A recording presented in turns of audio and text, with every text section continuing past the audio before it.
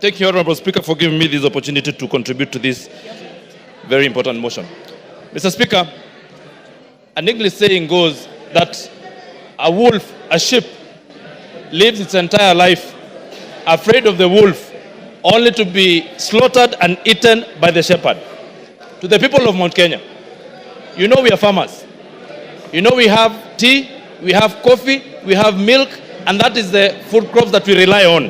Mr. Speaker, I happen to be elected as a director of KTDA, where we hold small-scale tea farmers and where we do business for the farmers. Mr. Speaker, we have had a problem, a huge problem, of monies being diverted to the said hotel in Kilifi. Last year, the money that was supposed to be going to distribute fertilizer, 53 million shillings, Mr. Speaker, was diverted to go to personal use at a hotel. Mr. Speaker, as we speak here, as we stand here, the people of Mount Kenya have been burning their tea bushes and factories because we have a glut in Mombasa that has been occasioned by the influence of the Deputy Speaker who was given, Deputy President who was charged with the responsibility of making sure that those people who voted the government in benefit and reap from their hard work and their sweat. Mr. Speaker, they will not see the hard-earned money that was supposed to go to their pockets because the Deputy President of the Republic of Kenya, after being charged with the responsibility of making sure that we have guaranteed minimum returns for those farmers, he continued to go and give guaranteed minimum returns to himself and to his family, to his children, to his spouse, and to his colleagues that we have seen they share companies with. Mr. Speaker, as we stand here, we have lost our milk industry. We have lost our coffee industry.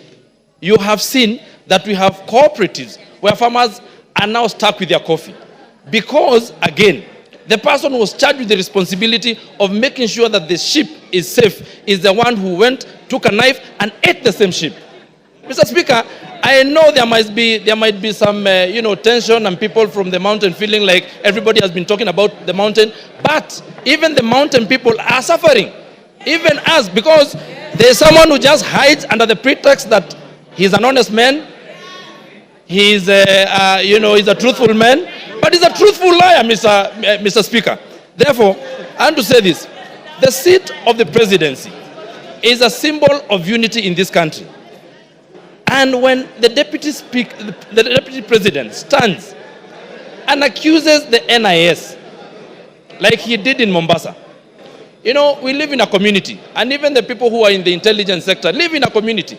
There is a community, a world community of intelligence. When you disparage such an office, such a high office that is supposed to make sure that you protect and give us protection in this country, Mr. Speaker, that to me is gross misconduct and it is impeachable. Mr. Speaker, when you go to State House and you say that you have put traps for some people not to access State House, yet they are members of this republic, yet they are people that we respect like Raila Odinga, Honorable Raila Odinga. Mr. Speaker, we say that we cannot continue like that because we had lived a very good life before this campaign started from 2022 when people said that we are going to vote not anymore along the tribal lines.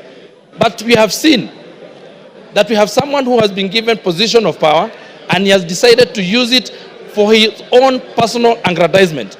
Mr. Speaker, the people who are watching the interview yesterday, they sat and asked, how is it that the people who are of age and people who've been doing business have not been able to access 600 million shillings in a bank? How many business people here have accessed 600 million shillings and what is their collateral? Mr. Speaker, you have had the deputy president lying in front of the television, saying that he has gotten this wealth from his brother, yet we know his brother has his heirs who are his sons and his widow, and those people are crying in Nyeri.